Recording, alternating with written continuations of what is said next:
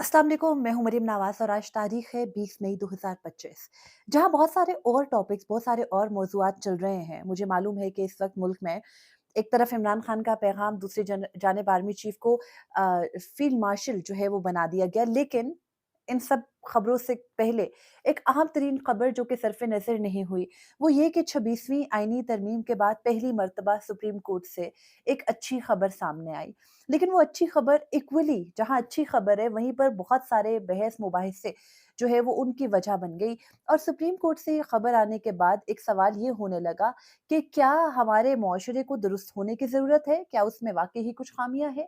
या फिर एक मर्तबा फिर एक एलीट कल्चर जो है वो प्रिवेल हुआ है? ये कहानी क्या है? नूर मुकद्दम का केस है, जिससे मुतालिक अभी तक हमने बात नहीं की और उसके पीछे वजह भी ये थी कि इस केस की कुछ सेंसिटिविटीज़ हैं और कुछ हसास ऐसी बातें हैं जिनसे मुतालिक बहुत सारे लोग बात नहीं करते और जब बात करते हैं तो वो बाकायदा दर्स देने लगते हैं।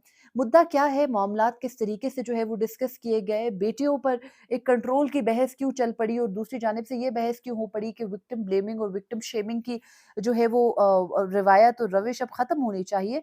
ये केस क्या कह रहा है, किस तरह से बहुत सारे जो चीदा-चीदा मसाइल हैं उनको हाइलाइट भी कर रहा है और अब क्या वाक़ई ही जो ज़ाहिर जाफ़र है, मुजरिम है, नूर मुकद्दम के मुकदमे में ओपन एंड शट केस था, क्या उसको अब भी सज़ा हो सकेगी? क्योंकि अभी मुस्तकबिल करीब में मुझे ऐसा होता नज़र नहीं आता। मैं ये क्यों कह रही हूँ, हम इसको बहुत क्विकली मैं कोशिश करूँगी कि हम बहुत लंबे इस पे बहस ना करें, बात ना करें। बहुत सारे लोगों को इस केस के फैक्ट्स मौजूद हैं, हम इस पर बात कर लेते हैं। सबसे पहले ये कि 26वीं आईनी तरमीम के बाद पहली मर्तबा सुप्रीम कोर्ट से एक ऐसा फैसला आया, जिसकी तारीफ़ की गई और वो इसलिए की गई क्योंकि नूर मुकद्दम के केस में ज़ाहिर जाफ़र के वकील सलमान सफ्दर ने बहुत एड़ी-चोटी का ज़ोर लगाया कि किसी तरह से ज़ाहिर जाफ़र को पागल साबित करके उनको सज़ाए मौत से बचाया जा सके। ज़ाहिर जाफ़र कौन है? इस मुल्क के एक अशराफिया का हिस्सा है। नूर मुकद्दम कौन है? एक साबिक सफ़ीर है, जो कि ज़ाहिर है कि पाकिस्तान के फ़ॉरेन ऑफ़िस के एक अफ़सर की बेटी है। नूर मुकद्दम की 27 साल उम्र थी, जब 2021 में उनको ज़ाहिर जाफ़र ने एक बाहिमाना तरीके से एक छुरी से गला काट के, उनका सर उनके जिस्म से अलग करके कत्ल कर दिया। उसके बाद जस्टिस फॉर नूर का एक हैशटैग बना, ये हाई प्रोफाइल केस था। पहले दिन से इस मुकदमे के अंदर बहुत सारे हक़ाइक़ और बहुत सारे सवालात जो हैं वो मीडिया के ऊपर डिस्कस होने लग गए। जब ये हाई प्रोफाइल केस चला, तो उसके बाद इसका पोस्टमार्टम कैसे हुआ, मुकदमे में क्या तफ़सीलात आई, ज़ाहिर जाफ़र का किस किस्म का कंडक्ट था ट्रायल कोर्ट में, वो ट्रायल कोर्ट में लोगों को गालियाँ देता, खुद को पागल साबित करने की कोशिश करता था। Of course it was a part of a strategy. लेकिन नूर मुकद्दम के मामले में जो बहस इस वक़्त चल पड़ी है, वो ये है कि क्या वाक़ई ही कोई लिविंग रिलेशनशिप था? क्या वाक़ई ही कोई ऐसी चीज़ थी कि जिसको डिस्कस करके आप ये कर सकते हैं कि आप बेईमाना कत्ल को जस्टिफ़ाई कर सकें? क्या जिस किस्म के रिमार्क्स आज अदालत से आए, वो आने चाहिए थे कि ये जो लिविंग रिलेशनशिप वाली बात है, ये तो हमारे मुआशरे की बदबख्ती है, जस्टिस हाशिम काकड़ ने कहा, ये नहीं होना चाहिए, ये तो यूरोप में होता है। इस पॉइंट तक कैसे ले जाया गया, ये मैं आपको बताती हूँ। इससे पहले ट्रायल कोर्ट में जब ये मुकदमा चला तो बड़ी एड़ी-चोटी का ज़ोर लगाया। इस मुल्क का बड़ा मशहूर ब्रांड है जाफ़र जीज़, आपने देखा होगा बहुत पुराना है।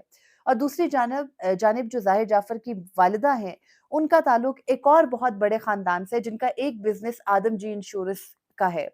अब एक ऐसा मुल्क ऐसा मुल्क जहाँ पर अशराफिया की हर सूरत चलती हो, जहाँ पे हमने शाहरुख जतोई का केस देखा हो, जिसने अब जो शाज़ेब है, उसको कत्ल करके भी बरियत हासिल कर ली थी। हाल ही में सुप्रीम कोर्ट से बरियत हासिल की थी। उस केस में ब जब इस किस्म की मिसालें आपके सामने मौजूद होती हैं कि जब अशराफिया जो है वो कत्ल करती है और कुछ दियत का हिसाब दे के और फैमिली को प्रेशराइज़ करके निकल पड़ती है, इस केस में ऐसा नहीं हो सका। और इस केस में ऐसा इसलिए भी नहीं हो सका कि दूसरी जानिब भी जो पार्टी थी, ठीक है कि वो ज़ाहिर जाफ़र की तरह इतनी मज़बूत नहीं थी, लेकिन जब उसके साथ सारा मुआशरा खड़ा हो गया, सिविल सोसाइटी आपकी खड़ी हो गई, बाकायदा हैशटैग्स और ट्रेंड्स चले, तो फिर हमने देखा कि जब मीडिया ने भी साथ दिया तो आप नूर मुकद्दम को इंसाफ दिला सके।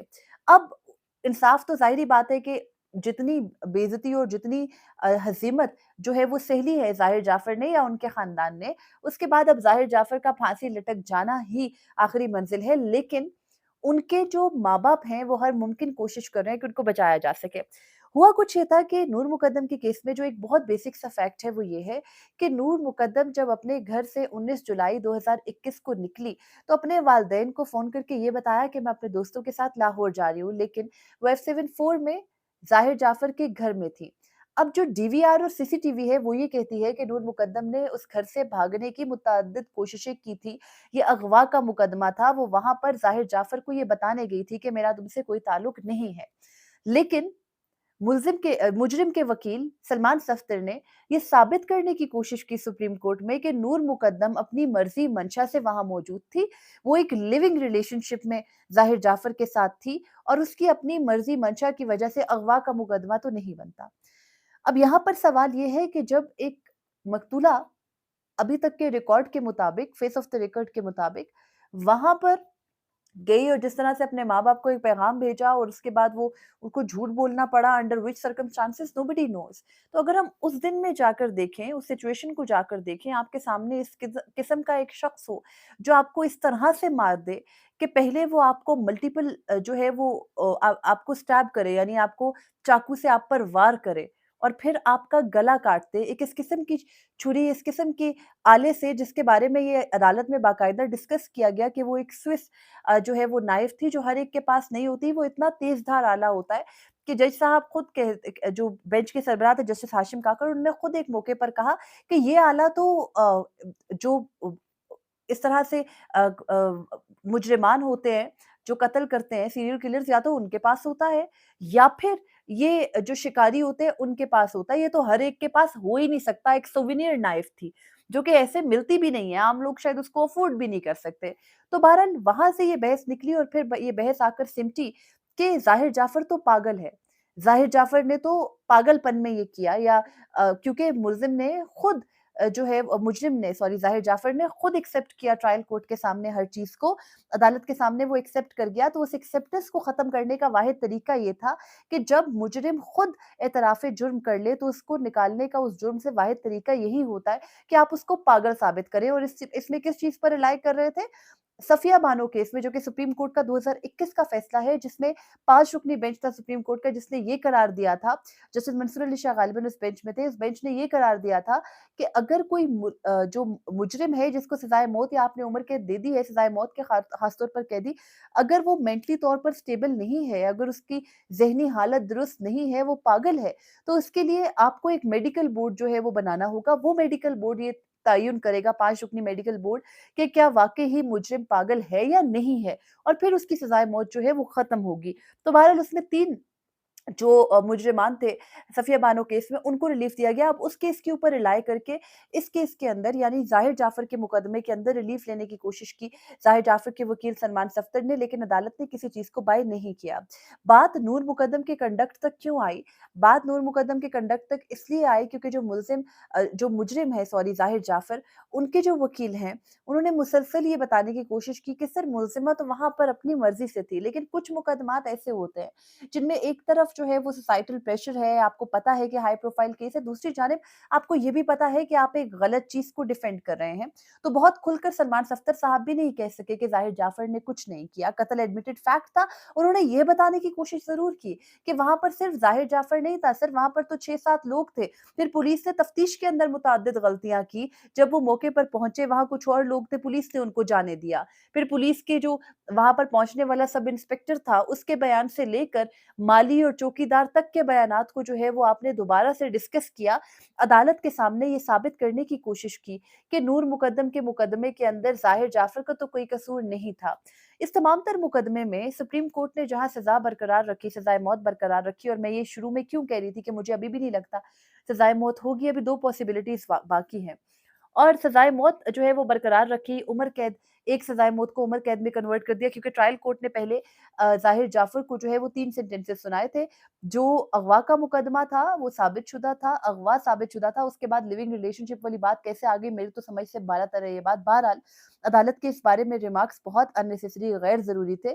कुछ भी कहा जा सकता है, लेकिन ये कहने की ज़रूरत नहीं है। आप हर चीज़ के अंदर इस किस्म की टच लाकर आप जो मकतूला है उसको एक तरह से ब्लेम करके या उसके ऊपर बर्डन डालने की कोशिश नहीं कर सकते। ये बड़े सेंसिटिव केसेस होते हैं, इनके अंदर हर बात को कहते हुए कम से कम सोचना और देखना चाहिए। बहरहाल अब इस मुकदमे के अंदर ट्रायल कोर्ट ने ये सज़ा दी थी, जिसको आज सुप्रीम कोर्ट ने बरकरार रखा। एक सज़ाए मौत कत्ल पर, क्योंकि बहुत बहेमाना कत्ल था।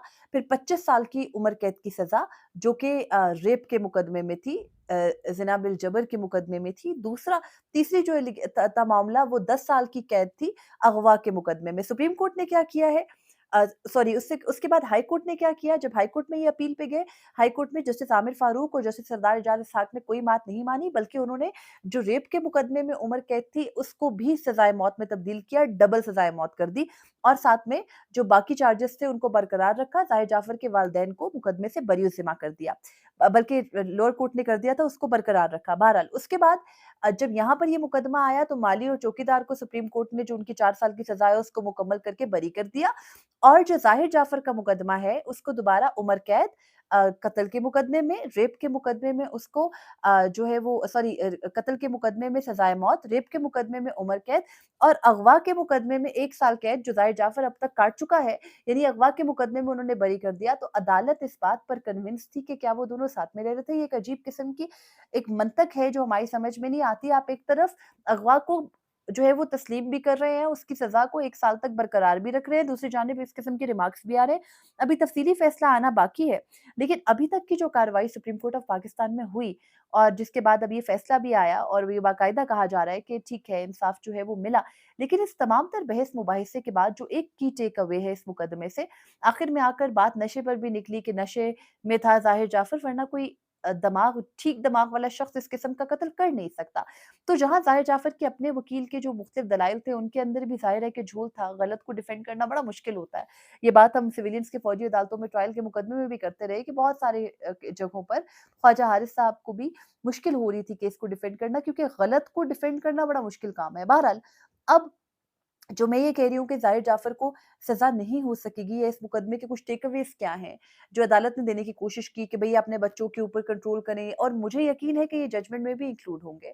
और उसके बाद ये जो सुप्रीम कोर्ट की तारीफ़ आज तक हो रही है वो नहीं होगी, क्योंकि आप इतने सेंसिटिव केस के अंदर इस किस्म की बातें शामिल नहीं कर सकते जिस किस्म के रिमार्क्स दिए गए।